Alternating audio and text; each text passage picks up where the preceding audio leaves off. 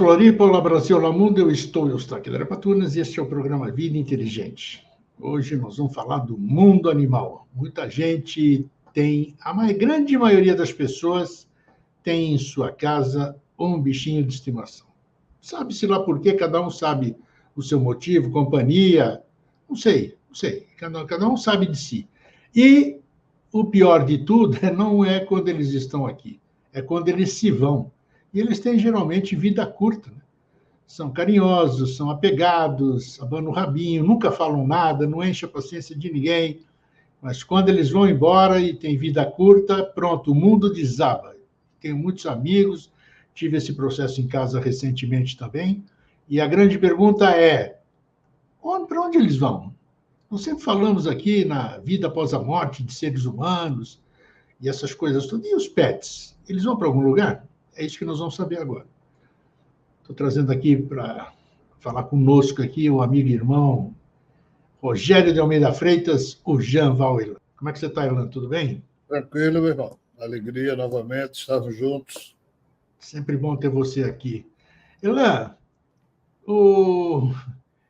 primeiro esses três... O próprio nome animal já diz, eu nem sei se tem que ver, mas deve ter a ver, já vem de ânima. Ânima é alguma coisa que já... Ânima é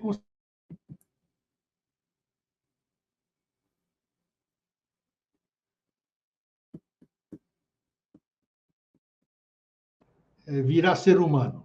Me define primeiro o animal. Não é tão simples assim, mas... Eu sei que não é. Na nossa atual condição humana, no estágio em que se encontra tanto o nosso nível de conhecimento como o nosso nível de compreensão, essas duas maneiras, ou esses dois modos, como o nosso cérebro operacionaliza conhecimento e compreensão para a gente poder falar de certas coisas, ainda não é possível para a gente entender direito essas questões.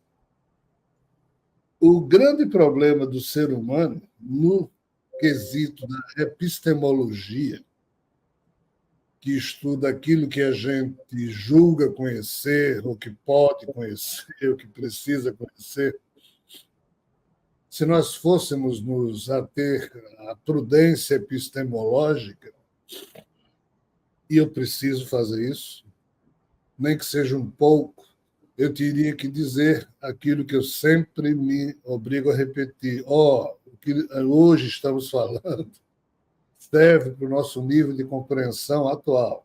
Não dá para se carimbar essas compreensões pretendendo que elas sejam eternas. Por quê? Porque, assim, nós ainda enxergamos a vida de uma forma muito simplória, muito pobre, e nós não temos ideia de, quando a gente fala assim, o cheiro de um limão, quando a gente sente um limão, aquela questão cítrica, seja no paladar, seja no olfato, nós não temos noção de quantas frequências distintas só para o gosto do limão ou para o odor que um limão, uma laranja solta quando a gente espreme a casca, né? A gente pensa que é uma coisa só, mas não é. É uma fórmula química única que sai de cada casca, mas quando se interage com cada um de nós, a coisa assume uma proporção de unidade entre quem está sentindo o cheiro e o cheiro que está sendo operacionalizado aqui nas células, né? Isso cria uma identidade única, um conjunto de qualias únicos que você não precisa escrever no papel. O cheiro do limão é assim, assim, assim, você simplesmente sente. O gosto do abacaxi, isso chama-se qualias, né? Então, assim, sentir as sensações e criar conhecimento e nível de compreensão São esses três, basicamente, as questões mais essenciais para a gente entender essa coisa chamada alma, espírito, psiquismo. Tá? Só que a gente não sabe bulhufa sobre nenhum desses três assuntos. A ciência ainda não entrou a fundo na área dos quálias. Até hoje, filosoficamente, se discute o que é que diabos um ser humano pode, com segurança, de fato conhecer e o que é que ele só pode especular sem pretender conhecer. E a que ponto o nosso nível de compreensão nos dá a segurança de encerrarmos um determinado assunto para garantir que aquela compreensão está correta. Mas, ainda assim, vamos nós. Uma alma, em tese, uma mônada, um ânima, vou introduzir esses termos porque talvez seja necessário nós os casarmos, né? É algo que pulsa, só que no campo da pureza, daquilo que poderíamos considerar como sendo singelo, de um tipo de tecnologia, não essa bruta, grosseira que nós humanos produzimos, não essa bruta, ou melhor dizendo, não essa outra menos bruta, porém sutil, que é a teoria computacional de dígitos, blá, blá, blá, que é sofisticada, mas assim, um computador nunca vai sentir um qualia de um abacaxi. O computador, a inteligência artificial vai escrever 1000 páginas descrevendo as fórmulas químicas que compõem as moléculas do abacaxi, mas sentir ele não sente. Esse tal qualia, esse tal ânima, esse tal mônada ou essa tal alma, que em tese, se vier do ser que nós entendemos como sendo Deus, usando as expressões mais humanas, o Pai, Mãe, Amantíssimo, mas essas expressões terminam criando em nós uma expectativa de que ele resolve as coisas quando ele não resolve. Ele é só pureza, ele não é outra coisa. Só que dentro dessa pureza, ele é todas as coisas, porque lá tem uma tecnologia da pureza. Essa tecnologia da pureza não sabe criar coisa ruim. A perfeição não deixa que uma tecnologia pura crie nada impuro. Então, ela só cria coisas puras. Então, partindo desse princípio, isso é só um jogo de palavras para a gente estabelecer um parâmetro para poder raciocinar e entender e especular. Essas alminhas criadas, na nossa condição humana, vamos tê-las somente como sendo coisas que pulsam de uma maneira pura, bela, extremamente delicada, blá, blá, blá, blá, blá, blá, blá, blá, blá. Mas elas não têm outros quálias. Essa alma, essa ânima ou essa mônada só tem os quálias da pureza. O que é que as religiões não entendem, o que é que os espíritos nunca explicaram, o que é que nenhum médium, blá, blá, blá, nunca levou esse assunto adiante? Porque ninguém conhece, torno a dizer. Mas vamos nós aqui desbravando, num bate-papo entre dois idosos, um tema extremamente novo para a humanidade, ainda que antiquérrimo. O que é que nós ainda não percebemos no âmbito do espiritismo, nem da revelação ófica, nem do que Blavatsky fez? Ninguém. É que essas mônadas, apesar de serem puras, elas precisam absorver as circunstâncias da sua existência fora do, entre aspas, da pureza do paraíso. Tá. Quando elas estão no paraíso, absorção de circunstância nenhuma, não precisa, já está tudo ok. Mas quando ela, entre aspas, é usada por alguém fora do padrão do paraíso, ou seja, em outras faixas de realidade, aí essa mônada precisa absorver circunstâncias de não estar no paraíso, está sendo agora usada por alguma consciência que dela emerge em uma outra faixa de realidade, e ali tem circunstâncias que não tem no paraíso, porque o paraíso tudo é 100% perfeito, ali não é. Então, há uma noção de incerteza ou de possibilidades, ou de probabilidades, não necessariamente de problemas. Então, essas mônadas, quando é dito, uma mônada criada simples e ignorante, ela sai evoluindo no reino mineral, vegetal, animal, como aqui nós já falamos algumas vezes em outros programas. Tá? Então, assim, a alma, seja lá de um animal, de uma planta, de uma pedra, minha, sua, ela tem como característica mais íntima este centro irradiador dessa pureza, que é o chamado corpo átmico da constituição setenária de um ser humano. Só que um ser humano sozinho, só que não é só um ser humano que tem constituição setenária. Cachorrinho, papagaio, camelo, boi, inseto, todo mundo tem, de uma certa forma. Então, veja bem. Na hora em que uma planta, falando de uma planta, não cheguei nem em animal ainda, tá? Sim. Está lá no cantinho dela. Ali tem uma mônada, uma alma, ou ali está associada uma corporação de almas e mônadas vinculadas a campos mórficos comportamentais daquele tipo de espécie vegetal. E existe, sim, uma particularidade numa certa árvore, em termos de ali existir ou uma mônada individualizada ou um circuito de mônadas, torno a dizer. Existem as duas opções para o mundo vegetal. Se Eustáquio se chegar e se encostar no caule de uma árvore dessa, o corpo de Eustáquio, ao se encostar no tronco da árvore, se Eustáquio pegar numa folha e ficar olhando, os elétrons do corpo de Eustáquio e os elétrons do corpo da árvore se misturam, e nessa hora a alma de Eustáquio recebe alguma coisa da alma da planta e vice-versa. Olha que interessante. Não é só os elétrons dos corpos que estão em contato, as almas também convergem de alguma forma. Tá? Nessa convergência, existe a assimilação das circunstâncias, a absorção das circunstâncias daquele encontro. Porque no paraíso não há transformação nunca, porque lá não tem, de novo, circunstâncias novas. É tudo já perfeito. Mas no encontro de Eustáquio com uma árvore, se os elétrons de Eustáquio estiverem sujos, essa árvore ela vai acatar tudo, porque ela não tem o livre-arbítrio de se afastar de uma pessoa chata. Ela está ali. Sim. É diferente de nós humanos, que quando achamos que alguém é chato, a gente tenta se afastar. A árvore recebe.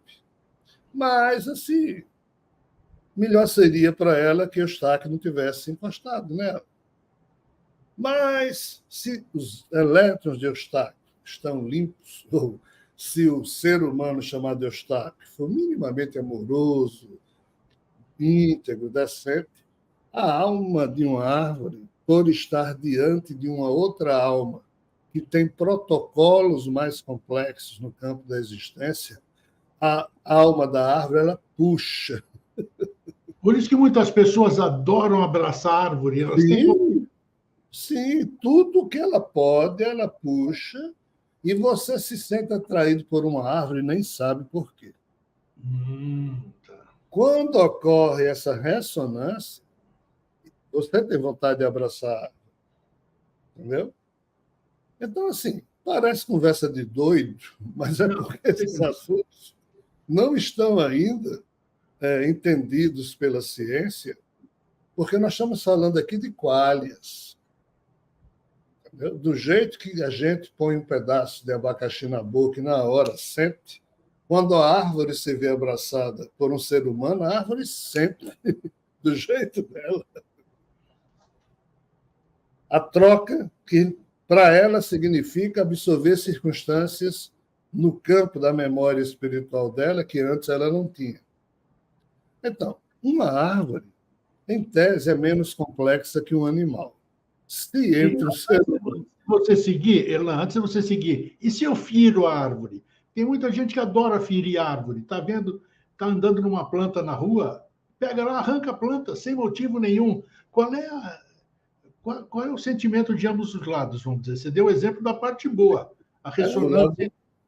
O lado humano é...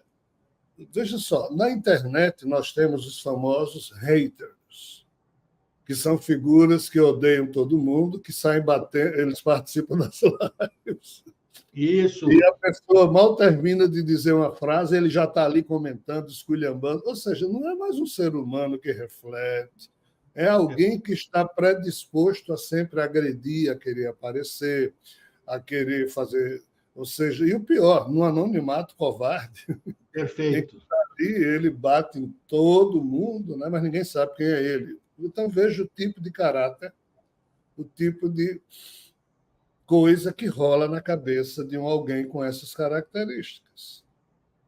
Imagine alguém, então, que agride tudo. É um hater, só que não na internet. É alguém que agride plantas e animais. Uma vez eu quase brigava com uma pessoa na minha juventude porque ele chutou um cachorro que estava dormindo na minha frente. Quando eu vi, eu estava agarrado com o cachorro. Claro, poxa.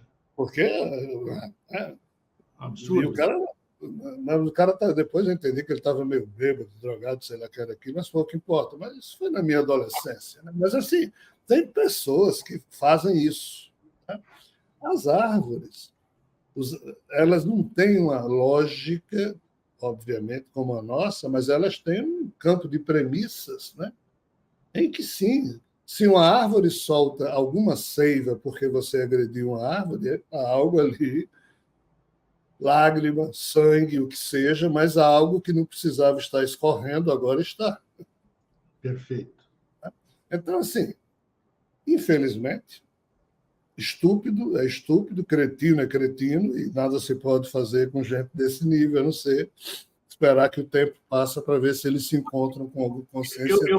Eu pago um preço quando eu pago um preço quando eu agrido a natureza, por exemplo, uma árvore, arranco uma planta. Não existe isso. Tá. Não existe reverberação nesse sentido. Perfeito. Mas nós criamos, com esse tipo de atitude, nós apenas marcamos em nós mesmos o que somos. A gente marca a estupidez da gente no mundo exterior, mas também marca em nós mesmos. Perfeito. Então, esse é o problema que a gente cria com o nosso padrão de estupidez quando a gente faz mal ou enfeia a vida que a gente leva. Mas a gente só passa a admitir débito kármico quando a gente entra no campo da relação da semelhança. Tá. Esse é o problema. Por isso que quando Jesus dizia, olha, no momento, o que entra pela boca do homem não é lá grandes problemas, o problema é o que sai.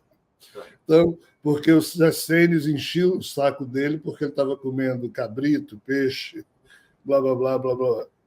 Mas, voltando. Vamos lá. Se uma árvore, em tese, já cria com o ser humano esse tipo de campo de união temporária, circunstancial, mas se você todo dia for abraçar uma árvore, essa árvore, em termos de relação mais complexa, ela cria uma identidade vibratória com esse ser humano que todo dia abraça. Olha. E aqui tem uma questão, Eustáquio. Um dia que essa árvore morrer, se esse ser humano estiver vivo ainda, como a alminha dela é singela e não tem freios, nem pré-requisitos, nem lacres, nem travas, ela, entre aspas, tem como a vibração daquele ser humano a melhor coisa que ela já sentiu, vamos falar assim. Então, o paraíso para aquela alminha é ficar sentindo aquilo daquele ser humano. Olhe bem o que eu estou dizendo, como o assunto é complexo. E ela cria uma identidade com esse ser humano. E também cria identidade com o espírito desse ser humano. Olha. Quando esse ser humano morre, a identidade criada entre a mônada de uma alminha, ou de uma árvore, tá certo? Uma alma de uma árvore, Sim. de uma alma de um ser humano, continua, cara. Relações de afinidade e de ressonância seja para o bem ou para o mal, não há distância entre os seres que se amam, nem muito menos a distância entre os seres que se odeiam. É tudo muito perto, porque nós estamos falando de circuitos quânticos, correntes de uma mesma vibração. Então, assim, vamos deixar agora as árvores e ir para o animal. Tá. Confesso que eu nunca ouvi nem parecido o que você falou agora, nunca me passou pela cabeça, nunca li em lugar nenhum, mas agora é de se pensar realmente aí. Então, assim, É só o que você voltando. falou, o nível de compreensão. Tem coisas que você não tem capacidade de compreender no momento, vamos dizer. Pois é, apesar de que isso já é um conhecimento ancestral. Eu vou até demorar um pouco a chegar no animal e vou continuar a falar da árvore em cima desse seu último comentário. Veja bem, continuando o exemplo que eu estava dando, se esse ser humano morrer, dependendo do nível de esfera espiritual em que o seu espírito se situe, muito provavelmente, quando o eu do ser humano chegar, entre aspas, no lugar espiritual onde o espírito dele já está, isso após a morte do corpo físico, ele talvez tenha uma surpresa em ver a árvore lá nesse lugar. Olha só. Porque existem árvores no mundo espiritual, só que de um outro padrão, é tudo mais quintessencial. Mas a pulsação da alma é uma só, independente de onde ela esteja ou do que ela seja. E só para complicar, meu irmão, se você lê os corpos de Ifá, o que são os corpos de Ifá? É a revelação que um ser chamado Orunmilá e os 16 Imolés fizeram lá atrás na história, e isso terminou se transformando no que hoje a gente chama de doutrina dos orixás. A revelação de Ifá, de Orunmilá, com os seus 256 odus, ou caminhos profetizáveis de Orunmilá, nessa revelação conta como árvores não do mundo espiritual, mas de um reino chamado Orum, ou seja, desse universo vizinho, que sempre que eu falo dele, pois que árvores com algum tipo de proto-racionalidade ou proto-consciência ali existiram, e Orunmilá conta como algumas dessas árvores vieram de lá para cá. Olha só que loucura. É loucura. E deram origem, não a todas, mas a algumas das espécies de árvores que hoje nós temos na natureza. Só que as árvores aqui, ao saírem do mundo antimaterial para o material, elas não conseguiram criar uma rota evolutiva. Elas permaneceram na chamada irracionalidade biológica, mas há um quê total de pulsação, apesar da irracionalidade. Então, o que eu estou querendo dizer, para encerrar a história de árvore, é que isso aqui é uma ciência à parte que um dia a gente vai ter que entender. Existem árvores e existem árvores aqui na Terra. É bem complexo. É muito complexo. Se é assim no mundo vegetal, que em termos de escala vertical evolutiva se encontra em tese abaixo do animal, não porque seja inferior, mas é porque é diferente. E é porque retém em si menos protocolos que o animal. Por quê? Porque no vegetal, o chamado psiquismo individual, que um dia será uma consciência particularizada, ele está meio que ainda adormecido. Ele é tão puro, tão singelo, que ele não desperta sob a forma do que no reino animal ele é obrigado a despertar. Quando a alminha sai do reino vegetal e passa pela transferência de fase mórfica ou morfogênica e vai começar a nascer agora como animal, o psiquismo que no vegetal estava meio adormecido, acorda de vez no reino animal, sob a forma de instinto, coisa que as árvores não têm. Então, o animal tem instinto.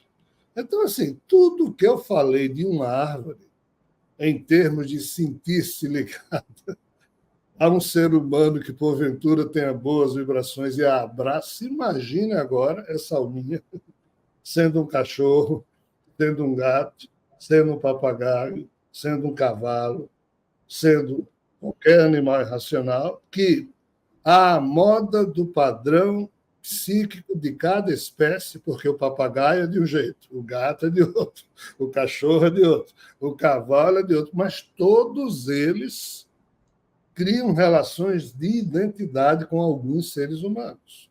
Tá, é impossível ir adiante sem eu te fazer uma pergunta que tem que ser feita. Alma, alma grupo e alma individual. Isso que você falou da árvore, a árvore, ela cria uma empatia comigo, vamos dizer. Ela é individual? Me esclareça só para a gente fazer um entendimento que para essa árvore que criou uma empatia com você, se ela antes era coletiva, ela agora é individualizada. Nossa Porque Senhora. através da absorção das circunstâncias dessa questão de identidade vibratória, de ressonância, imagine assim, é como se um grupo, é como se um almoma, uma alma bem grande coletiva de árvores. Alma grupo que se fala muito. Alma grupo, alma coletiva, fosse evoluir, mas assim, a evolução de algo manada, de algo rebanho, ela nunca se dá. Não tem como. Tem que ter uma massa crítica nisso que movimente o todo. Então, a alma coletiva, ela de vez em quando desgarra um de seus elos para que essa alma, antes presa a uma coletividade e agora particularizada, ela se aventure para trazer outros elementos para a alma coletiva da qual ela faz parte. Isso aí, o que você está falando é importante até, já que nós aprofundamos assim, nós estamos conversando coisas que não são conversadas. Eu posso, vamos dizer, o grupo de papagaios é uma alma grupo. Papagaio é uma alma grupo. Morre um, vai a experiência dele para toda aquela alma grupo. Agora, um desses papagaios pode deixar de fazer parte do grupo, vamos dizer? Pode. É demais para minha cabeça aqui, para imaginar isso. Porque aí depende da pulsação do instinto, tá certo? Olha. Veja bem, na hora em que... Por que é que nós, humanos, sentimos essa relação de separatividade? Eu sou Rogério, Eustáquio, e nós estamos separados.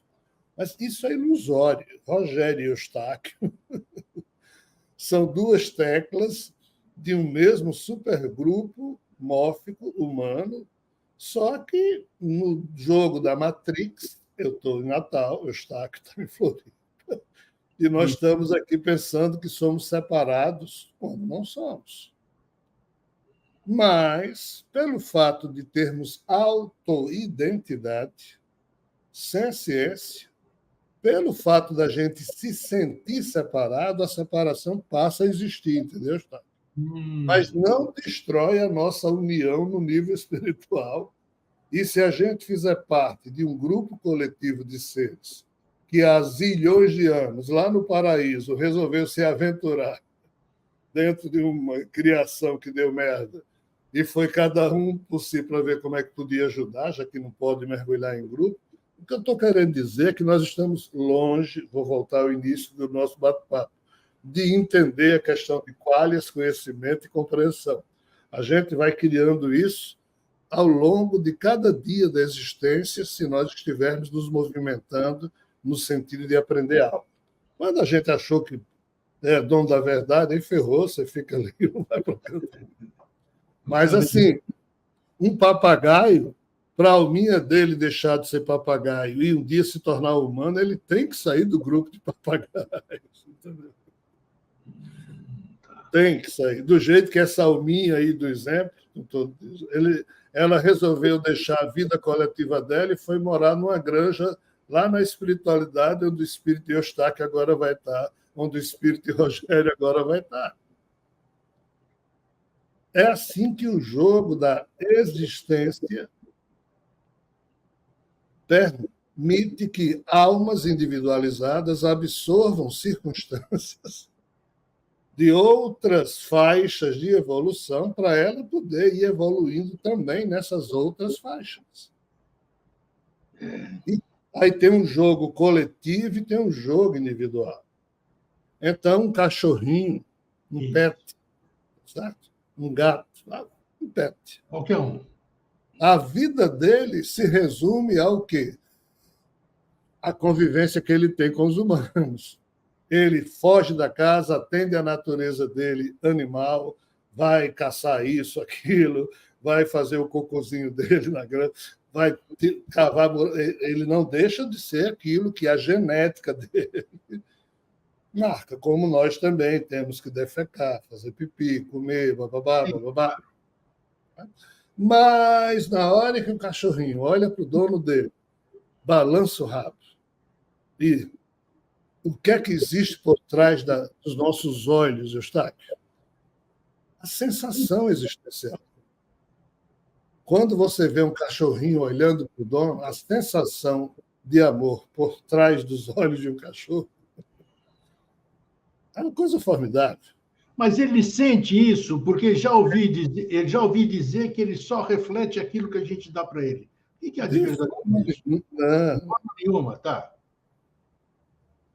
Claro que o adestramento, aquilo que a gente dá para ele, entra no que eu lhe falei, na absorção das circunstâncias. É o convívio sem adestramento. De um cachorro, tem cachorro que vive com o dono, que o dono mal presta atenção nele. Isso. Mas ele adora o dono. E tem cachorro que o dono trata o cachorrinho melhor do que todo mundo da família. Perfeito. Mas a relação existe. O grau de relação é que aqui surgem complexidades, que a gente abriria um outro espaço para poder falar disso, que é o que essas alminhas, por elas não terem freio no campo da prudência, aí entra a tal pureza da mônada, certo? Por uma alminha de um cachorro, de um papagaio, de um gato, ou mesmo a da árvore, seja ela coletiva ou individualizada, mas o tipo, aí entra em jogo o maior conceito que já surgiu na criação desse universo ao longo desses 13,8 bilhões de anos, que é o da ressonância límbica, que é a linguagem que os mamíferos criaram para a vida. E que linguagem foi essa? Isso. A linguagem dos mamíferos passa por um tipo de amor que quer cuidar, um amor que quer dar de si. Claro que a pessoa também recebe. Mas quando um cachorrinho está do lado de alguém, ele não está querendo só receber, ele está ali porque ele quer estar ali, porque aquele é o melhor lugar do mundo para ele.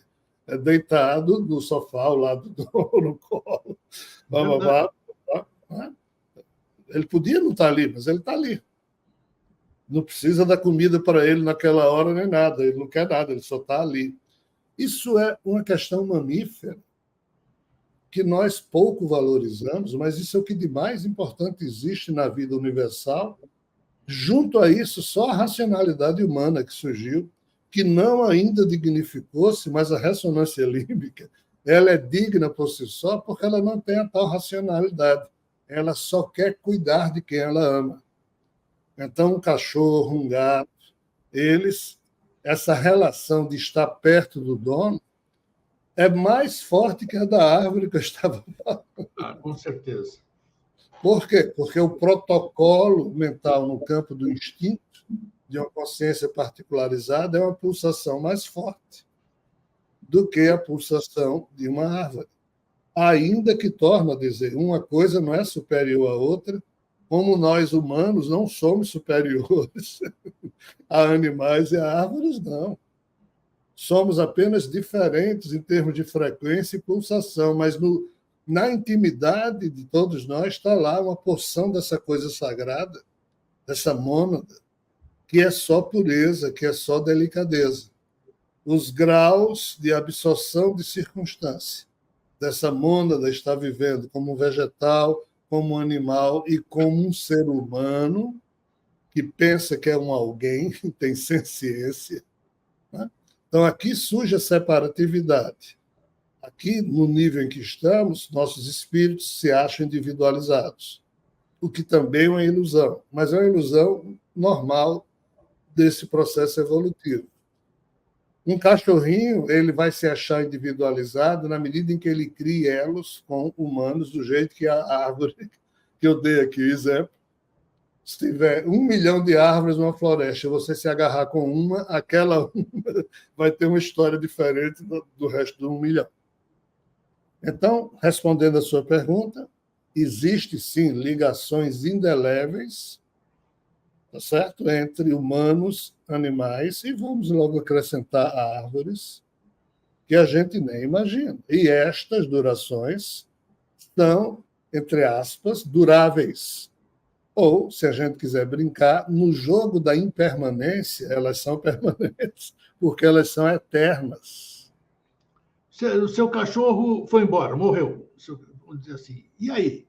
Primeiro, ele vai para onde? Segundo, continua com ligação com você? Ele está em algum lugar? Quer dizer, parece realmente papo de doido que nós estamos fazendo aqui. Mas as pessoas sentem tanto, e o animal, você vê, quando ele sabe que ele está indo embora, ele tem um olhar que não dá para descrever por palavras, né? Ele está sabendo que ele está se desligando daquela pessoa que ele ama, não sei se ele ama, se ele gosta, o que você acabou de definir. Como é que esse momento de separação de um animal, ele vai para um grupo dele, uma raça dele, ou é todo cachorro, vai todo para o lugar da cachorrada lá, sei lá, cidade espiritual da cachorrada. Quanto tempo ele volta? Ele volta para cá, ele vai para outro lugar? Que ligação ele tem com o Rogério, que viveu 19 anos com ele diariamente, trocando carinho, abanando o rabinho, recebendo carinho? Como é que é isso, Erlan? Olha, nós não podemos confundir algo que surgiu tanto na ressonância límbica e na condição humana, né, que ainda precisa ser trabalhado pela evolução com, entre aspas, uma relação amorosa ou límbica. E ao que é que eu me refiro? Ao sentimento de posse. Aí, por sobre todas as relações de ressonância de árvores, de animais e de humanos, entra a grande lição de Siddhartha Gautama, quando ele falava de que o sofrimento existe porque nós nos apegamos. Verdade. E o apego é causa de sofrimento, e isso não é, entre aspas, um traço belo do nosso progresso psíquico. Isso é um traço que estaciona, que faz a gente estacionar e precisa ser trabalhado. Então, vamos dar nome aos bois. Na hora em que eu tenho um pet, eu amo o pet me ama. Beleza. Esse lado aí é belíssimo, certo? Mas na hora em que o pet morre, se eu vibrar mal, eu estrago muita coisa da futura relação. Hein? Do que você estragou? Porque a alminha de uma árvore, a alminha de um cachorro, um gato, ela é, como eu disse, sem defesas. Eles não têm prudência psíquica, porque eles são ingênuos. Né? Então, um ser humano manter junto de si a alminha de um cachorro, porque pensa nele 24 horas por dia, isso nem é bom para esse ser humano, nem muito menos isso é bom para a alma do cachorro. Quer dizer que o cachorro sente o que o dono dele ou a família que cuidava sente também? Sim. Mesmo estando em outro plano, sei lá. Mas aí, de novo, vamos ter que tomar cuidado com as definições e conclusões que a gente tira das palavras que nós estamos usando, porque não é tão simples, cada caso é um caso. Acredito que sim, que não seja Se assim. um dono de um cachorro, o cachorro está ali morrendo, o cachorrinho olhando para ele, se ele está alisando a cabeça do cachorrinho e diz: meu irmãozinho, estaremos juntos sempre, siga a sua... Mesmo que o cachorro não entenda a palavra racional que você está dizendo, mas as palavras que você conversa com o cachorro, você emite emoções. Sim. O cachorrinho sente as emoções e decodifica conforme as suas premissas lógicas. Então, se você está ali amando o cachorrinho na hora da morte dele, um exemplo, tá? Mas está liberando, isso é que é o certo a fazer, porque há um fluxo por trás da alma desse cachorrinho, certo? Que talvez esteja querendo levar esse cachorrinho para uma transferência de fase para ele nascer como humano, e está ali o dono que diz amar aquele cachorrinho, segurando a mira dele, e isso vai criar, como eu disse, problemas. Então, o sentimento de posse, o sentimento de saudade que a gente sente, mamíferamente falando, de pessoas, de animais que vão embora, isso é bonito, isso que nos faz humanos e mamíferos. Claro, a gente ama, a gente sente falta. Queria que a pessoa tivesse ali presente. Ok. Mas o apego que Buda falava, isso ferra com a questão, porque é um mau emprego das vibrações que a gente troca uns com os outros e cria esse tipo de apego, cria ciúme, cria posse, e são circunstâncias que terão que ser absorvidas pela alminha neutra que nos ama.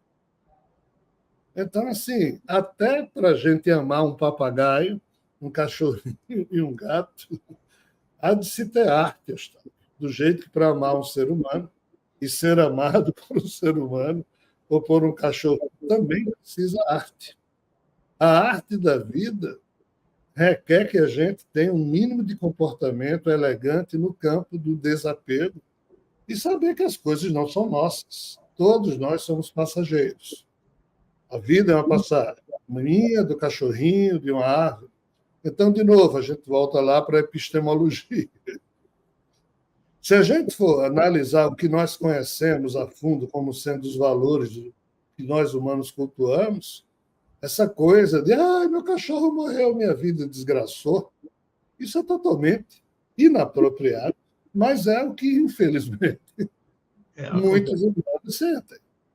A gente diz uma frase dessa com um cachorrinho, com um filho da gente, com alguém que a gente ama, mas é o desespero humano em não saber lidar com a morte e com o apego que a gente tem a quem se foi. Então, concluindo,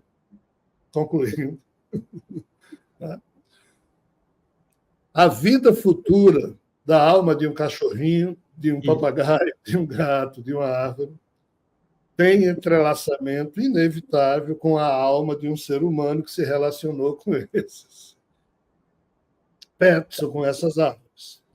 Em algum nível do futuro imediato ou longínquo, esses fluxos de ressonância se estabelecem. Porém, quando nós agimos de forma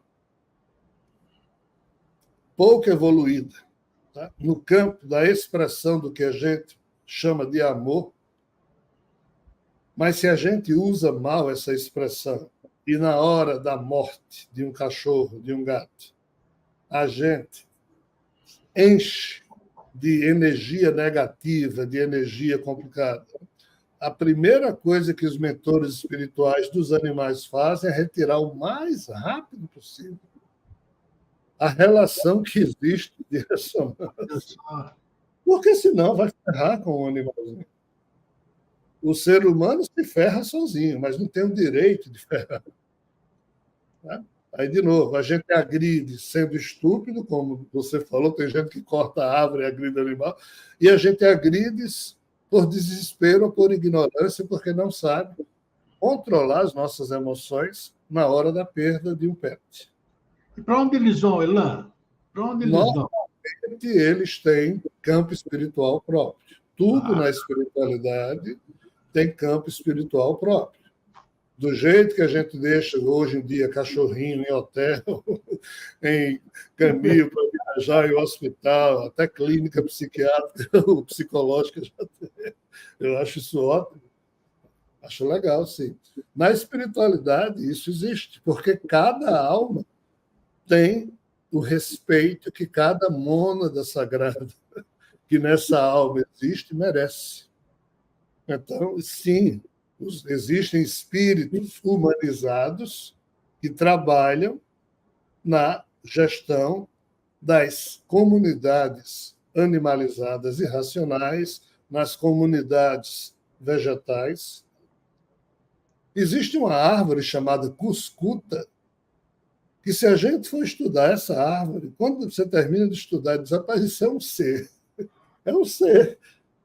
A gente só não fala igual a gente, mas o nível de inteligência do seu genoma, o modo como a raiz desta árvore, né, se espalha e sai criando redes de comunicações, tecnologias biológicas.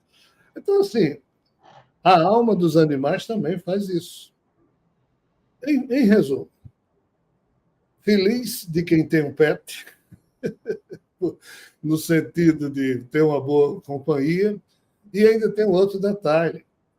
A alma de uma árvore e a alma de um pet, por serem ingênuas, puras, quando elas entram em ressonância com sua alma, elas se sujam da sua sujeira. Isso que é interessante. Você está falando aí... não é uma coisa ilógica, apesar de que você falou que as coisas não são do jeito que a gente fala, né? São mais complexas. Você acabou de dizer da beleza, e a gente mesmo vê a complexidade de uma planta, a beleza de uma planta, a mágica de uma planta, desde a sementinha, como é que ela nasce, como é que ela cresce, tudo. O animal, todos esses atributos que nós acabamos de dar, de ver neles, o próprio instinto e tal, não parece à primeira vista, um leigo que olha isso aí, ele vai dizer, caramba, que tipo de evolução é essa? Quando os nossos precedentes, vamos dizer assim, quando o reino vegetal, mineral e animal parecem ser muito melhores, muito mais inteligentes, muito mais com boa conduta do que nós humanos. Por que acontece isso? Vamos dizer, por que essa humanização se acaba perdendo tudo isso aí que essas belezas têm da natureza, dos animais? Você entendeu o que eu quis dizer? Entendi. É quando a pureza, a singeleza, a delicadeza se torna grosseira sob a forma das necessidades de um corpo animal. Pois é. Um vegetal não tem essas necessidades grosseiras. Um animal tem, ele tem que transar, ele tem que defecar, ele tem que urinar, ele tem que comer outras formas de vida para manter a dele. Né?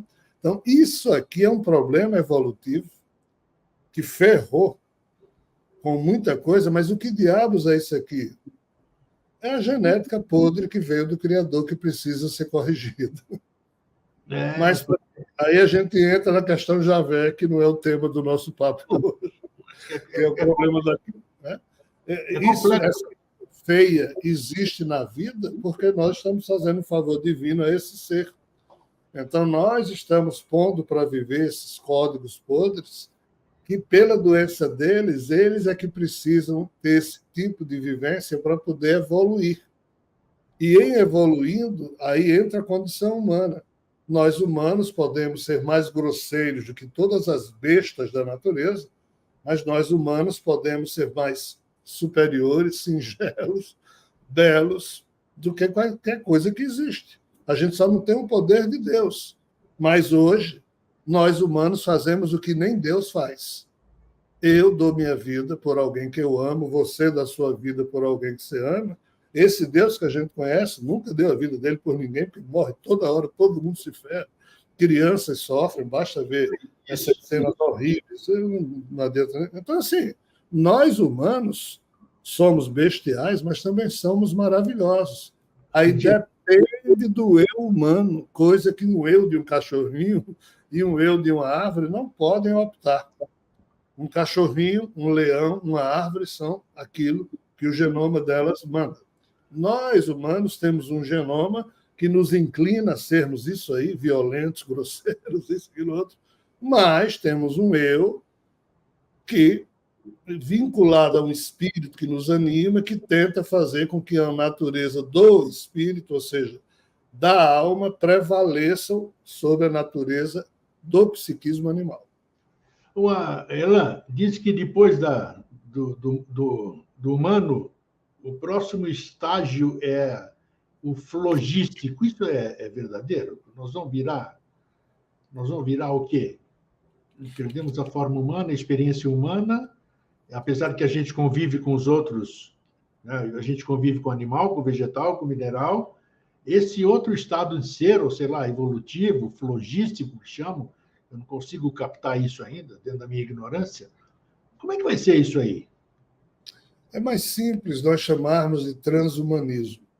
Transhumanismo? É. Porque, assim, é o ser humano, Tá. que hoje existe ser humano num corpo biológico, mas o eu desse ser humano, ele vai ser turbinado, ele vai ser chipado, ele vai ser escaneado e repassado para um cérebro de um androide, por exemplo. Então, essa transhumanização, ou seja, seres humanos existindo além da condição biológica, é que é o grande campo em que todas as classificações como essa que você acabou de usar, isso aqui são só etapas ou compartimentos desse contexto maior. Então, isso aqui é que é o grande campo de estudo que se abre para a humanidade, e só quem na Terra está estudando isso é a turma que tem macroforça com recursos suficientes para pôr isso para funcionar. Mas, voltando à sua pergunta, e de minha parte concluindo, qual é o maior produto do esforço do universo? Na hora que você vê 13,8 bilhões de anos, esse universo era uma coisinha, bum, explodiu hoje essa coisa toda. O que é que esse universo fez ao longo desses 13,8 bilhões de anos? Criar naturezas psíquicas. Antes era só a mônada perfeita, e esse universo, ajudado por essa mônada espiritual que funciona fora do universo, fora da Matrix, mas aqui dentro, o jogo de um código doente foi criando o quê? Cerebelos, gânglios basais, cérebros, tudo isso para criar o quê? Naturezas psíquicas. Então, uma cobra, a serpente tem uma natureza psíquica distinta, uma árvore, um sapo, um cachorro, todos os produtos que o universo criou, em termos de cérebro físico, cerebelo, réptil, anfíbio, mamífero, primata, é só para produzir o epifenômeno da natureza psíquica que cada bicho desse, ou cada animalzinho desse, ou cada fera dessa sente. Esse é o produto do universo. Os eus de cada espécie. Certo? Então, é no concerto dos eus, porque eterno não é o corpo de um cachorro, nem o de Rogério, eterno é o eu de um cachorrinho, o eu de um Rogério, e a eternidade tem sempre um momento presente. Então, naquele momento presente, aquele eu de um cachorrinho, aquele eu de Rogério, e ambos se encontram na espiritualidade, numa outra circunstância, ou numa outra vida aqui. Mas, como a eternidade nunca para, um dia o eu de Rogério humano, o eu do cachorrinho, podem se encontrar lá no outro pedaço da eternidade, sendo um super transhumano ou dois super transhumanos amigos, e um dia foi cachorro e o outro foi ser humano. Orlan, para a gente encerrar, esse processo é incessável? Isso aí não vai parar nunca, isso aí? Não. Eu não consigo... A eternidade tem desses problemas. O cérebro da gente só vai até ali e para, porque isso, não tem condição. Nem para frente nem para trás a gente consegue ir. Mas é o momento presente da eternidade. Essa linguagem ela é apropriada só nos táquions. Que diabos são táquions? O universo que a gente conhece porque ele vibra até o limite da velocidade da luz. E tudo que está dentro do universo é chamado subluminal, ou seja, porque vibra numa velocidade, numa pulsação inferior à da luz. Mas existem os táquions, os hadrons, que estão fora disso. E essa coisa que está lá fora é a tal eternidade. Meu Deus do céu. Olha, tem muitas. Eu acho que é muito legal ser ignorante, viu, Elan? Maravilha. Aí você não fica pensando nessas coisas, senão você torce pelo Corinthians, pelo Flamengo, aí, fica chateado quando perde, feliz quando ganha, e toca a vida adiante, e viva o Corinthians, viva o Flamengo, viva os times de futebol que nos mantêm aí acesos, um pouquinho de pão e circo, mas a gente precisa disso. Mas a eternidade é complexa, meu irmão Eustáquio. É verdade. E vamos nós. É viver o momento, né? Vivo hoje porque ontem já foi e o amanhã a gente desconhece fazer isso. Meu querido amigo, você diz. É isso. Muito obrigado mais uma vez pela contribuição aí. Você faz a gente pensar, isso é muito bom. Faz pensar, se abre janelas que a gente nem sabia que existiam. Então, isso é muito bom. O resto da exploração é por nossa conta agora. É isso aí. Fraterno abraço, fica bem e até a próxima oportunidade. Grande abraço, meu irmão. Obrigado. Tchau, tchau. Gente, como é bom assumir a ignorância, né? A ignorância. Acabei de dizer por lá agora. Olha, uma das melhores coisas que tem é ser ignorante, porque enquanto você é ignorante, você ignora, claro, não é ignorância de burrice. Você ignora. Quando você ignora, você não tem tanta responsabilidade, porque você ignora.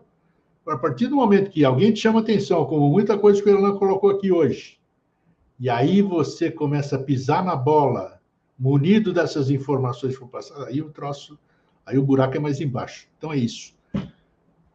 Ó, muita coisa para pensar, hein? Fraterno abraço, um feliz sempre, até a semana que vem. Tchau.